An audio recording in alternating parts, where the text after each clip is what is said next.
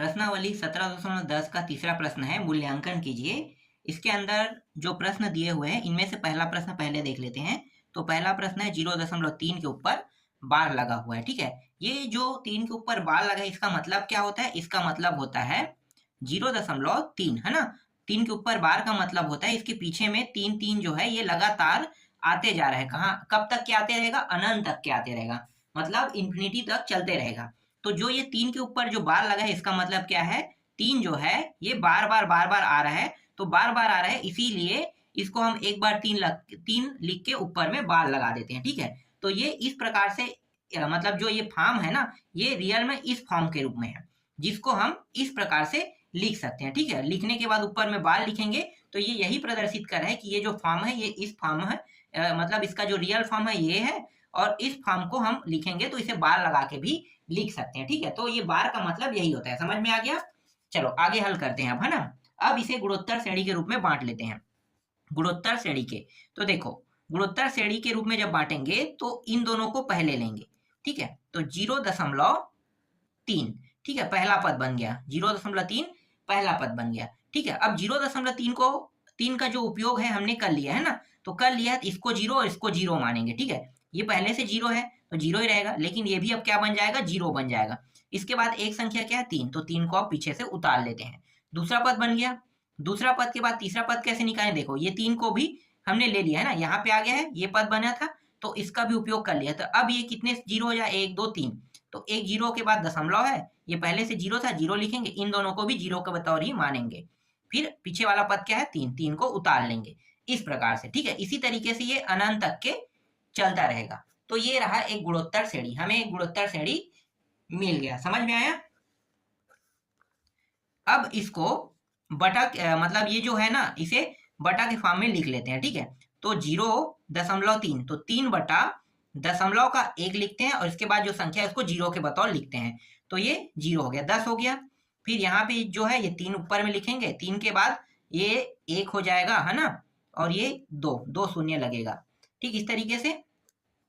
फिर यहाँ भी फिर से 3 है, 3 के बाद 1 2 3, मतलब 1 के बाद 3 शून्य, 1 के बाद कितने शून्य आ जाएगा? 3 शून्य। इस तरीके से 3 शून्य आ गया। ठीक है, इसी तरीके से ये प्रक्रिया अनंत तक के चलता रहेगा। ठीक है, अनंत तक के।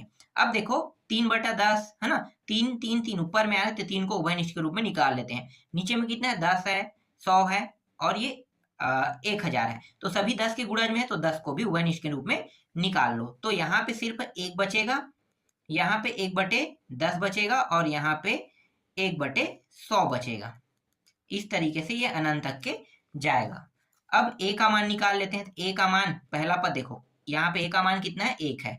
r का मान देखो, 1/10 को भाग दोगे 1 से तो कितना आएगा? 1/10 का 10 ही आएगा। ठीक है, तो ये a और r का मान ही रहा, है ना। तो a और r का मान निकल गया है।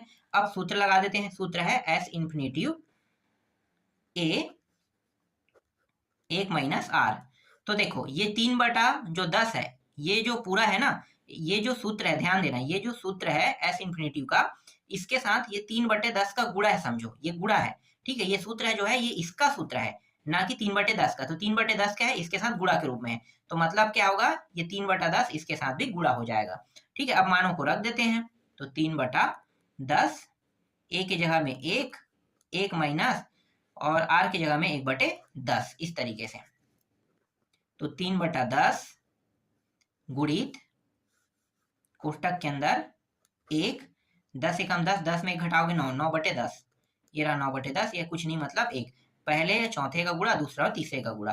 तो 3/10 गुणित, ऊपर में चला जाएगा 10, पहले चौथे का गुणा 7 और 1 और 9 का गुणा हो जाएगा तो 9 यहाँ पे आ जाएगा।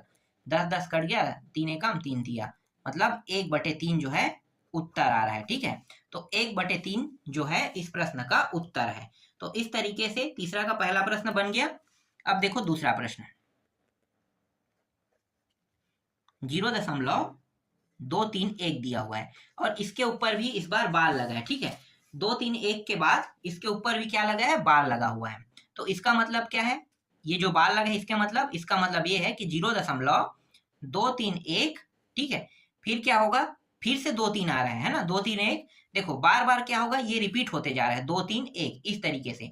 और कब तक रिपीट होते रहेगा? अनंत तक के। हम इसको गिन नहीं सकते, मतलब अनंत तक के ये रिपीट होते रहेगा। समझ में आ गया? अब गुणोत्तर श्रेणी भी बनाते हैं इसके लिए भी।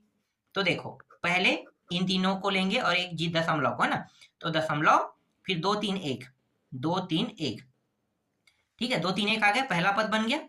दूसरा पद बनाते हैं। तो देखो, ये जो है इसको हमने पहले पद में ले लिया है, पहले पद में ले लिया तो ये सब क्या बन जाएगा? 0। तो 0 दशमलव के बाद ये तीनों संख्या जो है 0 बन गया। फिर 2 3 1 को उतारेंगे, 2 3 1, फिर प्लस। देखो अब क्या हो गया, ये और ये पहले से 0 बन चुका था ना, लेकिन इसको हमने यहाँ पे उतारा तो ये भी अब क्या हो जाएगा? ये भी अब 0 बन जाएगा। तो 0.000, 3 0 इसका हो गया और 3 0 इसका, फिर 2 3 1, ठीक है। इसी तरीके से ये अनंत तक के चलते रहेगा, ठीक है, प्रक्रिया अनंत तक के चलते रहेगा। समझ में आ गया?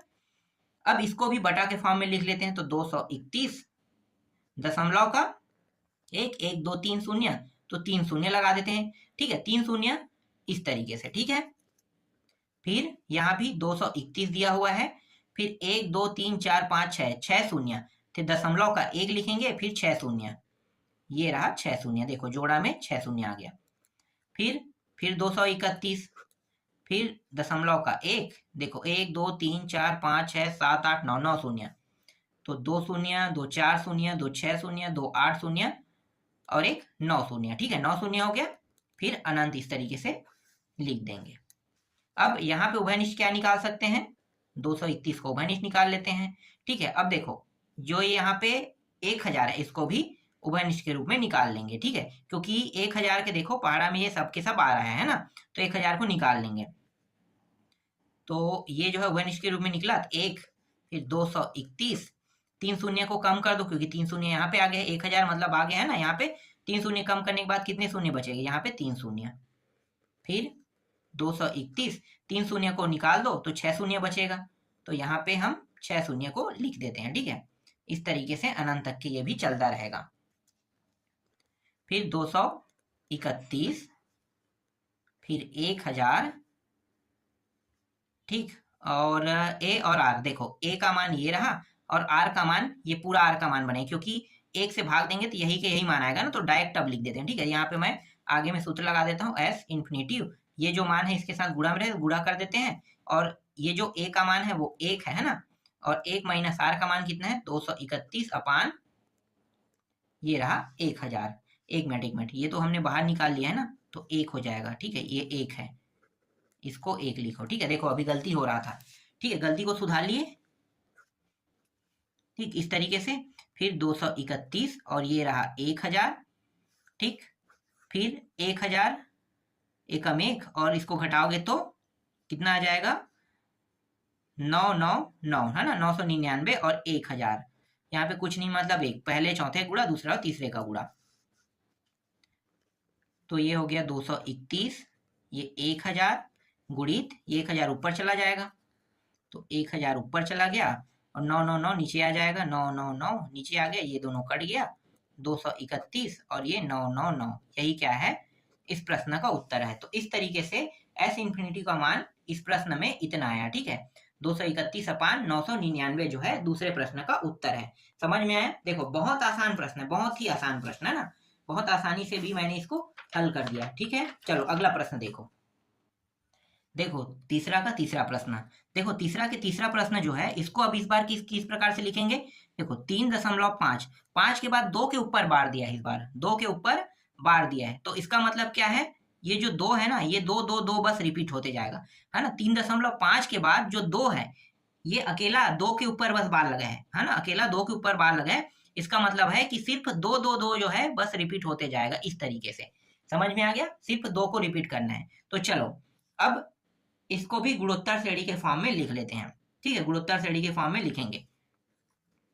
तो ये जो 3.5 है, ठीक है, इसको अलग लिख लेते हैं, ठीक है।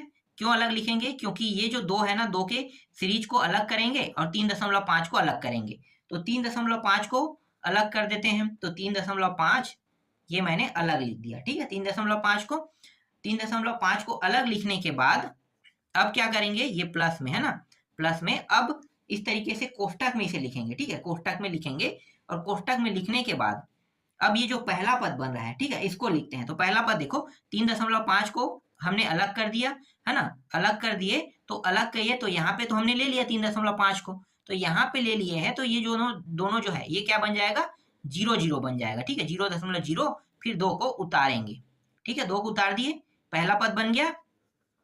फिर दूसरा पद बनाते हैं। तो देखो ये दोनों को 0 0 मानेंगे, ठीक है, क्योंकि ये पहले ही आ गया। ये 2 को भी हमने यहाँ पे उतार दिया है, तो ये भी क्या होगा, ये भी उपयोग में आ चुका है। तो इसका भी क्या करेंगे, इसको भी 0 करेंगे, फिर पीछे के 2 को उतार देंगे, ठीक है। इस तरीके से दूसरा पद बन गया। तीसरा पद बनाओ अब, तो 0.000, ठीक है, इसका भी हो गया, ये पद भी हो गया। अब ये पद भी है, इसको भी हमने यहाँ पे उतार लिया है, तो 4 0 हो जाएगा। तो 4 इस तरीके से, 3 1 यहाँ पे और 3 यहाँ पे, 4 0, पीछे का उतार दो, इस तरीके से 2 उतार देंगे। ये कहाँ तक जाएगा, अनंत तक के जाएगा, ठीक है। समझ में आ रहा है ना मैं जो आपको बता रहा हूँ, बहुत आसान और बहुत इजी प्रश्न है। फिर इसे बटा के रूप में लिख लेते हैं। तो 3.5 को 35 बटा दशमलव का 1 और इसका 0, ठीक है। फिर ये हो गया 2 दशमलव का 1 1 2 2 शून्य, फिर 2 1 2 3 शून्य, मतलब ये रहा 3 शून्य, ठीक है। फिर 2, फिर 1 2 3 4 शून्य, एक के बाद 4 शून्य लगा दो। ये इस तरीके से अनंत तक के जाते रहेगा। फिर 35 बटा 10, फिर प्लस, और ये जो 2/100 इसको बाहर निकालो, 2/100 यहाँ पे लिख लेता हूँ, ठीक है। 2/100 को मैंने बाहर निकाल लिया, तो ये 1 हो जाएगा। ये 2/100 मतलब 2 शून्य निकाल दो तो 10 आ जाएगा, ठीक है। फिर 2, फिर 3 शून्य, फिर 2 शून्य फिर काटो, फिर ये 100 हो जाएगा, फिर ये इन्फिनिटी तक के जाएगा, ठीक है, इस तरीके से। तो यहाँ पे पहला पद 1, दूसरा पद 2/10 को 1 से भाग दोगे तो r का मान 2/10 का 2/10 ही आएगा, है ना। तो a और r का मान हमारे पास इतना है, ठीक है। a और r का मान निकल गया।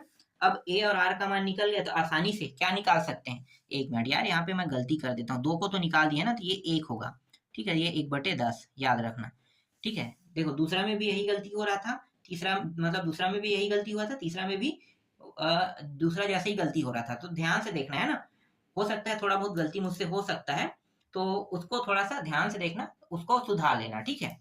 क्योंकि वीडियो में मैं वापस जाके सुधारने के लिए नहीं जा सकता हूँ, ठीक है, क्योंकि जो वीडियो चल चुका है उसको वापस वहां पे नहीं जाया जा सकता। चलो आगे देखो। अब ये जो 35 है इसको जोड़ेंगे, है ना, एस इन्फिनिटी जब निकालेंगे तो 35 क्या होगा, इसके साथ जुड़ेगा एस इन्फिनिटी के साथ, और ये जो है ये गुणा के फॉर्म में, 2/100 जो है गुणा के फॉर्म में है। गुणा के फॉर्म में होने के बाद a का मान 1 1 माइनस 1/10, इस तरीके से आगे इसको हल करेंगे। तो 35/10 2/100, 35/10 2/100, फिर 1, फिर ये हो जाएगा 9/10। नियम आपको पता है, तो थोड़ा सा जल्दी कर लेते हैं ना, फटाफट हल करते हैं।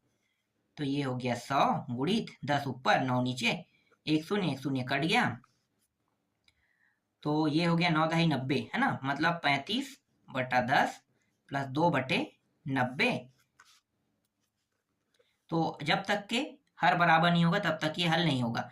तो हर बराबर करने के लिए क्या करना पड़ेगा, देखो 10 है और ये 90 है, तो 10 को 90 होने के लिए कितने की आवश्यकता है, 9 का गुणा। तो ऊपर नीचे 9 का गुणा कर देते हैं ना, ऊपर में भी 9 का, नीचे में भी 9 का गुणा। तो 9 का गुणा इसे करेंगे 335 का, तो ये हो जाएगा 315 हो जाएगा, है ना। तो 315 हो गया और नीचे 90 बन गया, फिर 2/90। अब देखो हर बराबर हो गया, दोनों का हर बराबर है, आसानी से हम इसको क्या कर सकते हैं, जोड़ सकते हैं। तो 317/90, यही क्या है, इस प्रश्न का उत्तर है, ठीक है। तीसरा प्रश्न का उत्तर कितना है, 317/90 है, ठीक है। चौथा देखो, चौथा 1.345, ठीक है, दिया है। अब इसके ऊपर बार दिया, इसका मतलब क्या है, 1.3 के बाद जो 45 है वो लगातार रिपीट होते जा रहा है, ठीक है। 45 जो है वो लगातार क्या होते जाएगा, रिपीट, इस तरीके से अनंत तक के जाते रहेगा, ठीक है। इस प्रश्न को बना के देखना, ठीक है। ये प्रश्न जो है इसको खुद बना के देखना, आगे मैं इसको अभी नहीं बताने वाला, क्योंकि 1 से लेके 3 तक बता दिया हूँ। चौथा जो है सेम टू सेम इन तीनों जैसा ही बनेगा, ठीक है। तो इस प्रश्न को छोड़ देते हैं। चलो अगला प्रश्न देखो। चौथा प्रश्न, गुणोत्तर श्रेणी का प्रथम पद 2 है, मतलब 2 है ना, और अनंत पदों का योगफल कितना है, 6 है। तो सारो अनुपात ज्ञात कीजिए, आर का मान ज्ञात करना है, ठीक है। तो प्रथम पद को देखो, प्रथम पद, ठीक है, प्रथम, एक मिनट, प्रथम पद, पद ए तथा सार्व अनुपात, अनुपात आर है ना, आर है, तब तब तब पहले सूत्र लिखेंगे, क्योंकि प्रथम पद को हमेशा हम ए ही रखते हैं, सार्व अनुपात हमेशा आर रहता है ना। तो एस इंफिनिटी के लिए जब हल करेंगे तो सूत्र क्या रहेगा, एक मिनट, ये 1 माइनस आर रहेगा ना, 1 माइनस आर। तो ये जो है अनंत पद का योगफल रहेगा, कितना है, 6 है। तो 6 रख दो इसके जगह में, ठीक है। इसके जगह में कितना आ जाएगा, 6 आ जाएगा। फिर 6 के बाद 1 की जगह में प्रथम पद कितना है, 2 है, तो 2 रख देंगे, ठीक है। प्रथम पद 2 है, 1 माइनस आर के मान नहीं दिया, इसी को हमें क्या करना है, निकालना है, सारो अनुपात निकालना है, इस तरीके से, ठीक। अब ये जो है ना, देखो ये जो नीचे के मान है इनके साथ गुणा हो जाएगा, गुणा होगा तो क्या होगा, 6 माइनस 6 आर हो जाएगा, और यहाँ पे 2 बचेगा, है ना, 2 बचेगा। अब देखो 2 के पहाड़ा से ये कट रहा है ना, 2 के पहाड़ा से ये 6 जो है ये कट रहा है, तो कटाना चाहो तो कटा सकते हो, कटाना नहीं चाहते हो तो इसको और हल कर सकते हो, ठीक है। कटाएंगे नहीं, और हल करते जाएंगे, देखो बगल में मैं करते जा रहा हूँ, ठीक है। तो इस 6 को इस पार ले जाएंगे, तो ये माइनस प्लस में, तो इस साइड जाके क्या होगा, माइनस में। तो यहाँ पे बचेगा माइनस 6 आर बस बचेगा, 2 माइनस 6 यहाँ पे आ जाएगा। फिर ये माइनस 6 आर हो गया, इसको घटाओगे कितना आएगा, माइनस 4 आ जाएगा। देखो यहाँ भी माइनस, यहाँ भी माइनस, दोनों साइड माइनस माइनस है, तो क्या हो जाएगा, कट जाएगा, है ना। तो कट के क्या बचेगा, सिर्फ प्लस में बचेगा, है ना। तो आर बराबर ये जो 6 है ये 4 के साथ बटा के रूप में आ जाएगा, तो 4 के साथ बटा के रूप में आएगा, 2 एकम 2 तिया, तो 2/3। तो आर का मान कितना आ रहा है, 2/3। यही क्या है, चौथे प्रश्न का उत्तर है, ठीक है। चौथे प्रश्न का उत्तर कितना आया, 2/3 आया, ठीक है। ये प्रश्न आपको समझ में आ गया।